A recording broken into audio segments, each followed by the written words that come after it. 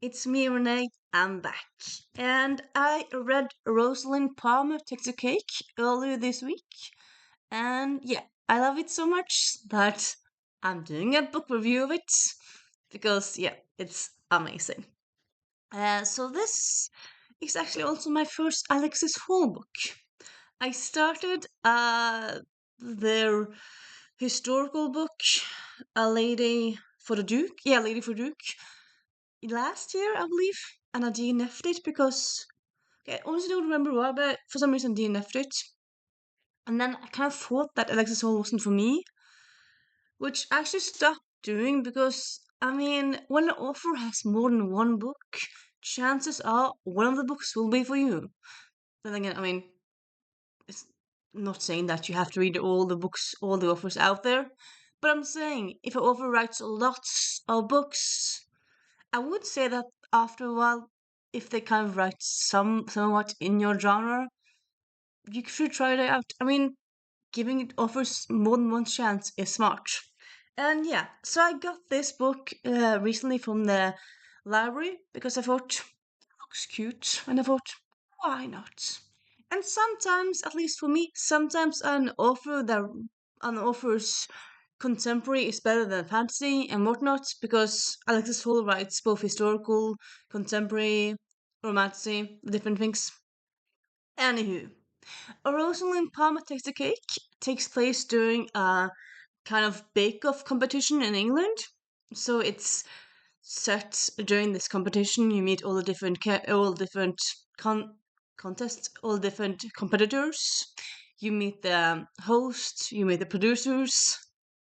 A kind of funny side note is that even though they can't cuss when they're on camera, but the producer has just such a potty mouth that like in their interactions outside of camera, the producer just throws out like 90% of their sentences are just swear words, which is just kind of so funny when the camera's on, it's like sunshine, rainbows, and then when it's off, it's just like you bloody idiot, bloody blah, blah, blah. And it's just such a contrast, and also yeah, quite fun. But yeah, so Rosalind Palmer, she's a bisexual single mom, and I would say kind of all those things are important. She got her kid when she was 19. Her parents are doctors and was kind of looking down on her for not going back to school, for having a kid so young, for yeah, her choices. And so throughout the book, it's kind of a sore topic between her parents and herself, her life and how it is and whatnot. And it's also like her reasoning for going to this competition is to uh, win and get money because then she can give her kid a better house and a better life and stuff, thinking that she's not already giving that to her kid. It's quite clearly she's quite a good mom already, but ideas in your head, that's something what happens. You have to give your kid the very best money you can buy, or it's not the best experience. Um, but yeah, so early on in the book, she ends up having to stay over in a farm because the train is delayed, and then the train is stopped because trains in England, I think they quite often are having some issues with them. Like they often stand, or more often than not. But yeah, so uh, also my thinking, yeah. So she and happenstance happens that she meets someone on the train that she has to go off because reasons.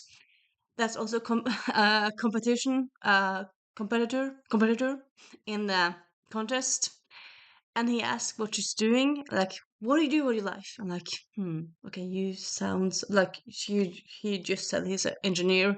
Should I say a single mom who works in a store? I can't do that. I I'm a medicine student, she says, because she actually started studying medicine when she got pregnant. So she has done that just years ago.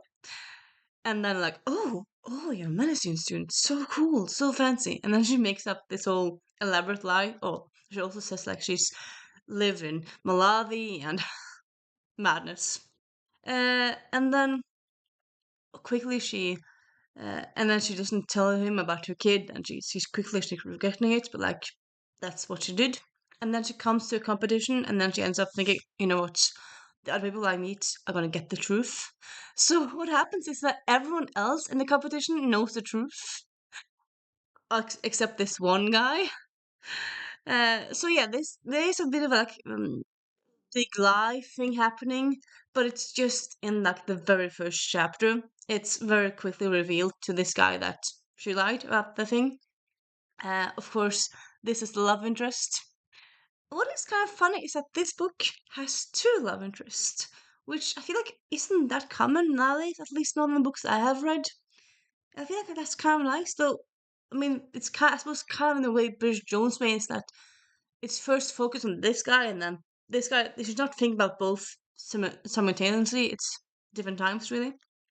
Uh, and yeah, this book, you see the progression of the contest, progression of the life of Rosalind, of her challenges with her parents, with getting a babysitter to go on dates and stuff like that.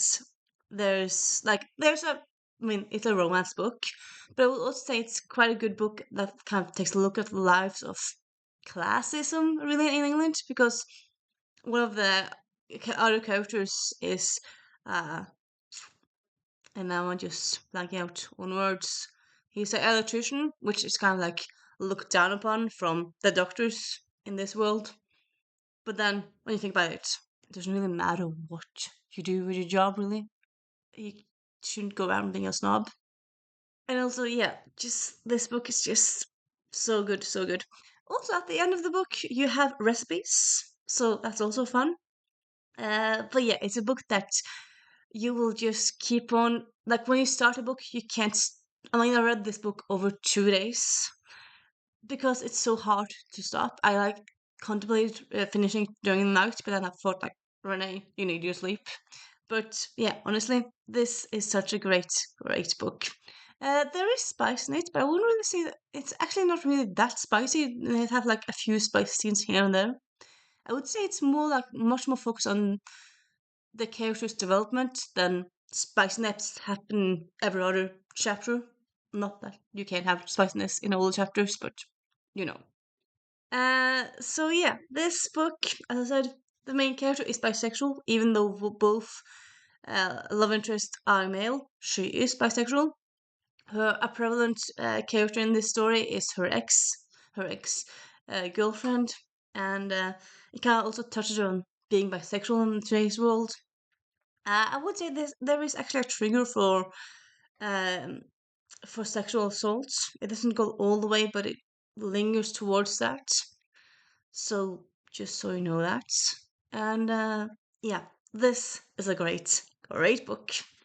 And I will definitely try more Alexis books. Definitely. I'm gonna give there more chances than this one because I loved this book.